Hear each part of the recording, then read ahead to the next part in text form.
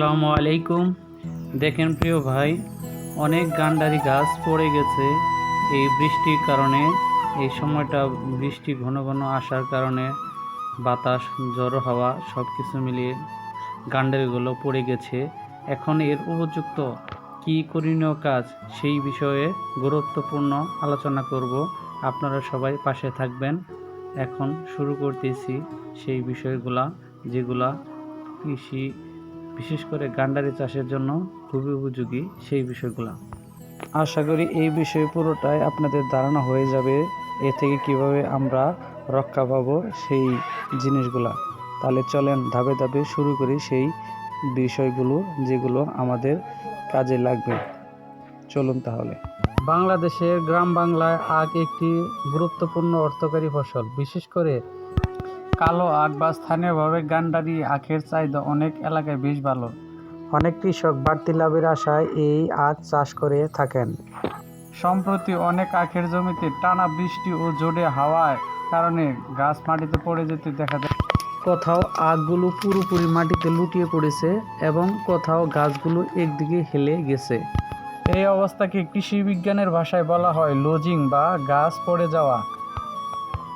গবেষণায় দেখা গেছে ভারী বৃষ্টি ও বাতাসের সঙ্গে আখ গাছের পড়ে যাওয়ার ঝুঁকি বেড়ে যায়। সেই আশার প্রফুল্ল বাণী কৃষকের কপালে জোটে না, তাই কৃষক অনেক হতাশাগ্রস্ত থাকে এই সময়। কেন এই কালো আখ পড়ে গেল? উত্তর: গাছ যখন অনেক লম্বা ও ভারী হয়ে যায় তখন উপরের অংশ ওজন বেড়ে যায়।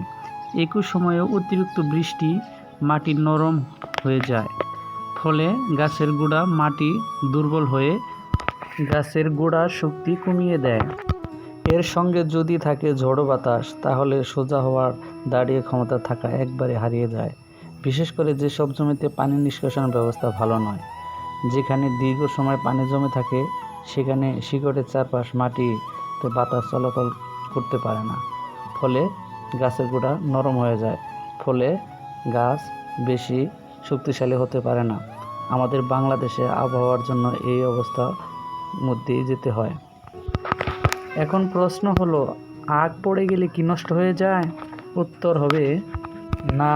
আখ পড়ে গেলে যে পুরোপুরি ফসল নষ্ট হয়ে যায় এমনটা বলা যাবে না। তবে গাছ দীর্ঘ সময় মাটিতে পড়ে থাকলে গাছের স্বাভাবিক বৃদ্ধি ব্যাহত হয়। পাতার পর্যাপ্ত আলো না পড়লে সালোক সংশ্লেষণ কমে যায়। একই সঙ্গে গাছের খাবার ভিতর থেকে যে খাদ্য পরিবহন করে, সেই খাদ্য পরিবহন ও বৃদ্ধি প্রক্রিয়া প্রভাব কমিয়ে দেয়। এখন কৃষকের কি করণীয়? কৃষকের জন্য সবচেয়ে গুরুত্বপূর্ণ বিষয়, প্রথমে অতিরিক্ত পানি বের করা।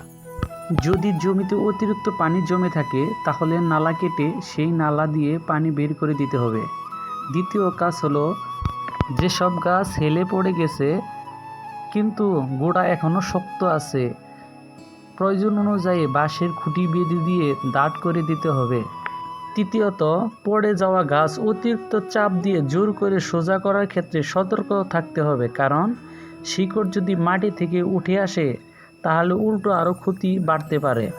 বিশেষ সতর্কতাভাবে এটি কাজ করতে হবে। 4 নম্বর, সার দেওয়ার ক্ষেত্রে সতর্কতা। বৃষ্টির পরে পানি জমে থাকলে ইচ্ছা মতো অতিরিক্ত সার প্রয়োগ না করা, কারণ অতিরিক্ত বৃষ্টির পানি মাটির পুষ্টি উপাদানে ভারসাম্য পরিবর্তন হয়ে যায়। পঞ্চমত, রোগবালাইয়ের দিকে খুবই নজরদারি দিতে হবে। গাছের পাতা কী রকম হচ্ছে, হলুদ হচ্ছে কিনা, গাছের গোড়ায় পচন ধরছে কিনা, স্বাভাবিক দাগ দেখা যাচ্ছে কিনা, অস্বাভাবিক দাগ দেখা দিলে সেই অনুযায়ী ব্যবস্থা নিতে হবে ইত্যাদি। এখন কৃষকের করণীয় কাজ। আখ চাষে বৃষ্টি যেমন প্রয়োজন, তেমনি অতিরিক্ত পানি আবার ক্ষতির কারণ হতে পারে। বাংলাদেশে আখ উষ্ণ ও আর্দ্র আবহাওয়ায় ভালো জন্মায় এবং পর্যাপ্ত পানি প্রয়োজন হলেও জমিতে অতিরিক্ত পানি আটকে থাকা ভালো নয়। তাই বৃষ্টির পর কৃষকের মূল লক্ষ্য হওয়া উচিত প্রথমে অতিরিক্ত পানি বের করা, তারপর পড়ে যাওয়া গাছ পর্যবেক্ষণ করা, প্রয়োজনে গাছকে সাপোর্ট দেওয়া, গোড়ায় পচন ধরেছে কিনা, কাণ্ডে অস্বাভাবিক দাগ দেখা যাচ্ছে কিনা, এসব বিষয় লক্ষ্য করা জরুরি। কোনো রোগের লক্ষণ দেখা দিলে অনুমান করে ওষুধ ব্যবহার না করে স্থানীয় কৃষি অফিস বা কৃষি বিশেষজ্ঞের পরামর্শ নেওয়া নিরাপদ। শেষ কথা, একজন কৃষকের কাছে একটি আখের জমি শুধু একটি ফসল নয়, এর সঙ্গে জড়িয়ে থাকে তার শ্রম, সময়, বিনিয়োগ এবং পরিবারের ভবিষ্যতের আশা। আজ বৃষ্টির পানিতে কালো আখ বা ভান্ডারি আখ পড়ে গেলেও হতাশ হওয়ার কিছু নেই। সঠিক সময়ে ব্যবস্থা নিতে পারলে ক্ষতির পরিমাণ অনেকটাই কমানো সম্ভব। তাই বৃষ্টি থামার পর বসে না থেকে দ্রুত জমি পরিদর্শন করুন। পানি জমে থাকলে পানি নিষ্কাশনের ব্যবস্থা ঠিক রাখতে হবে। পরিশ্রমী কৃষকের রোদে পোড়া গায়ে ঘামের প্রতিটি ফোঁটা লেগে থাকে পায়ে। মাঠ জুড়ে হেসে উঠুক সোনালি আখের মেলা, সুখে কাটুক কৃষকের রঙিন প্রতিটি বেলা।